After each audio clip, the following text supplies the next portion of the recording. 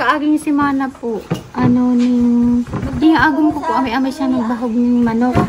Tapos, banggi pa lang po kayo ito, garo may nagang lakaw dyan sa may libod dyan. Tapos, pagkaaga po, nahiling ka agom ko may sinigarilyuhan dyan sa may tungod kang kwarto ni Carla. Dito daw po, may nagtangka po na magsungkit ng or mga gamit po ni Carla. Dito po kasing kwarto ni Carla. Dito yung kila Nanay Cynthia.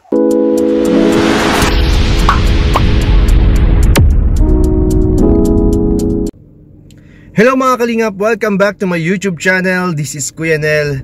At kung bago ka pa lang po sa aking channel, ay huwag niyo pong kakalimutan mag-subscribe, like and share po na aking mga video, at pahit na rin po yung notification bell button para lagi po kayong updated sa aking mga uploads.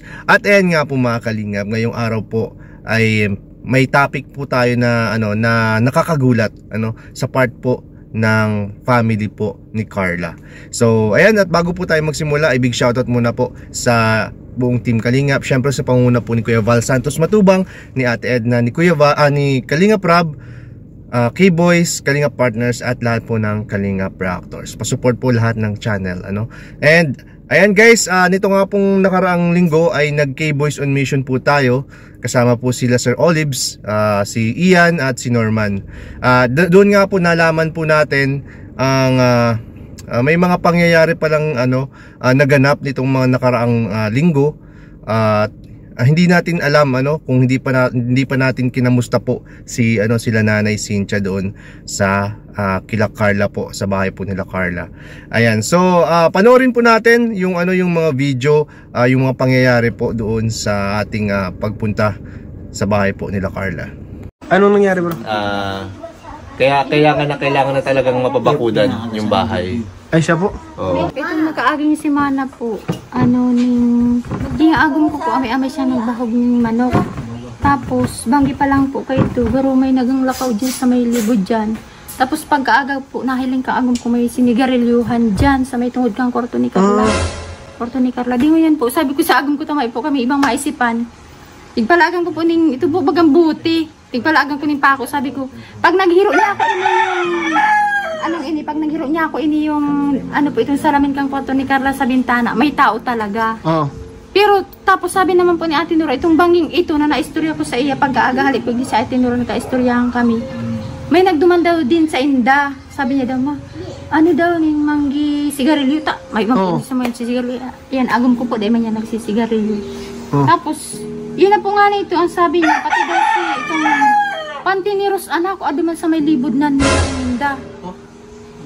Ni Ate Nora. Kaya sabi ko, Ate Nora, may tao talagang naglalandig dito sa tuya. Kaya sabi ko po nga, kay Ate Nora, tahagas din ako. Pero may po isang may kaibahan.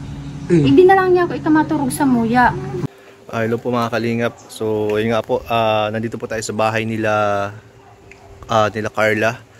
At ito may binabanggit nga po sa atin sila Tatay Alan at sila Nanay Cynthia na may nagtatangka pala dito na kumbaga pag nakawan sila or umaali-aligi dito sa bahay nila. So dito nga pinakita po niya sa atin dito po sa likod na bahay. Nandito po tayo sa likod ng bahay po nila Carla. At ito po dito daw po may nagtangka po na magsungkit ng or mga gamit po ni Carla. Dito po kasing kwarto ni Carla. Dito yung kila Nanay Cynthia. So kung mapansin nyo dito, pag in-slide mo to, ayan, nabubuksan siya agad. Ayan, so parang nasira na yata daw kasi yung nito, yung lock nito. Kaya pag in-slide mo siya, madali na siyang nabubuksan. So yun pong pinapangamba po nila ngayon. Ayan, buti itong isa, medyo nalalak pa siya. Kumbaga nakalimutan lang siya sigurong isarado nung nakaraan, Pero ito isang bintana po ay ito yung nasiraan daw yung lock nito. Ayan, nabubuksan siya. So may dalawang tao daw. Parang pakiramdam nila dalawang tao. Tapos mayroon na iwan dito ng mga upos daw ng sigarilyo. May ginamit daw dito na parang malaking bato na dapat na naapakan nila. Ayan, kasi medyo mataas yan. May gumamit daw ng bato. So kailangan na po talaga kailangan na po talaga mapabakudan po ito. At sabi nga namin, palagay ng ilaw at CCTV, yung kahit nako-connect lang sa cellphone para na monitor po. At para din sa security po. At ayan po, napanood po ninyo mga kalingap kung ano po yung mga pangyayari na ikwento po ni Nanay Cynthia at ni Tatay Alan. Talaga naman pong nakakagulat ito at nakakatakot po sa part po nila Nanay Cynthia. Kasi si Carla, alam naman natin nasa ano po siya, nasa diet po siya. Hindi naman niya kasama sila Nanay Cynthia, no. So feeling ko alam na rin po ito ni Carla. Kaya siguro po kaya naikwento na siguro to ni Nanay Cynthia kay Carla. Kaya siguro nung mga nakaraang linggo ay mga linggo ay parang nai-stress po si Carla kasi gawa rin po siguro nung mga balitang ganyan. Kung saan meron nga daw po, sabi nila Nanay Cynthia, na parang umaali-aligid po dun sa bahay po nila. Hindi lang po actually dun sa bahay po nila, kundi pati na rin po dun sa mga karatig bahay, mga kapitbahay po. Pati na rin kila Nanay Nora, sa mother po nila ni Rose Ann. Ayan. Meron daw parang ang unang kwento nga sa akin ni Tatay Alan, para daw may narinig silang dalawang lalaki. Dalawang lalaki po na parang sinusubukan na sungkitin or magsungkit galing po doon sa bintana, no? Parang ganoon yung pakakwento niya, parang nagtatry daw magsungkit ng kung anong gamit. May gamit po na stick, no? Ginagamit po yan talaga ng mga magnanakaw kahit saan pong kaya dapat po yung mga bintana po natin, hindi lang po yung kila Carla, kahit tayong lahat po, mag-ingat po tayo sa mga magnanakaw. Or ang mas worst pa po dito ay kung hindi lang po yung pagnanakaw yung motibo po nitong mga taong ito. Mas nakakatakot po yun. Syempre, sabi nga ni Nanay Cynthia, kung kung pagnanakaw lang daw, kaya pa nilang kung mawalan sila ng gamit. Pero kung yung iba na yung motibo, kung gusto na silang saktan, mas nakakatakot po yun. Yun po ang iniiwasan po nilang mangyari. At isa pa nga po nakakatakot dito kasi si Tatay Alan po ay alam naman po natin na mangingisda po siya. So every time po na umaalis po si Tatay Alan ay maaga po, mga around 1 or 2 AM, lumalabas na po siya ng bahay.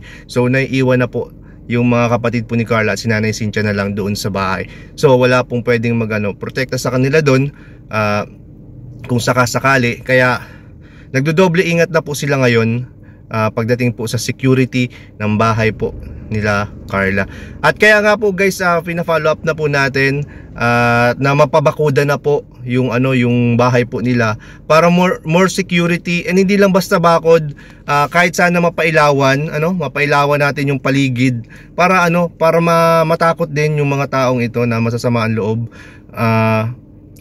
Bukod doon, palagyan na rin natin kung maaari sana. Kasi may mga mura na lang naman na na CCTV.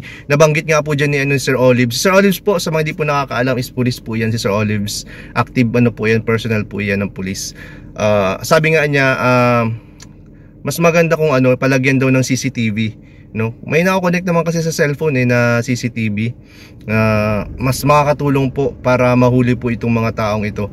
Kasi parang walang mga takot po, walang mga takot. Kasi may mga nakita pa daw na parang mga upos daw ng sigarilyo doon sa may bintana po. Doon mismo po sa may bintana ng kwarto po ni Carla. Doon sila parang unang nag-a-attempt na may makuha. Luckily wala pong nakuha doon or na natangay.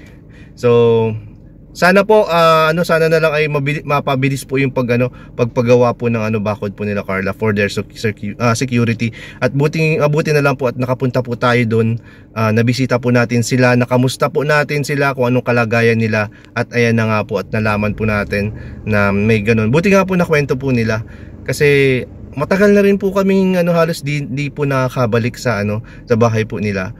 At ayan po, at hayaan nyo po at ipupush po natin na mapabilis na po through Kalingap Rob, sabihin natin sa kanila, kila Kalingap Rob, na baka may mabakante ng karpintero po para masimulan na rin yung pabakod, at para laging may nagbabantay po.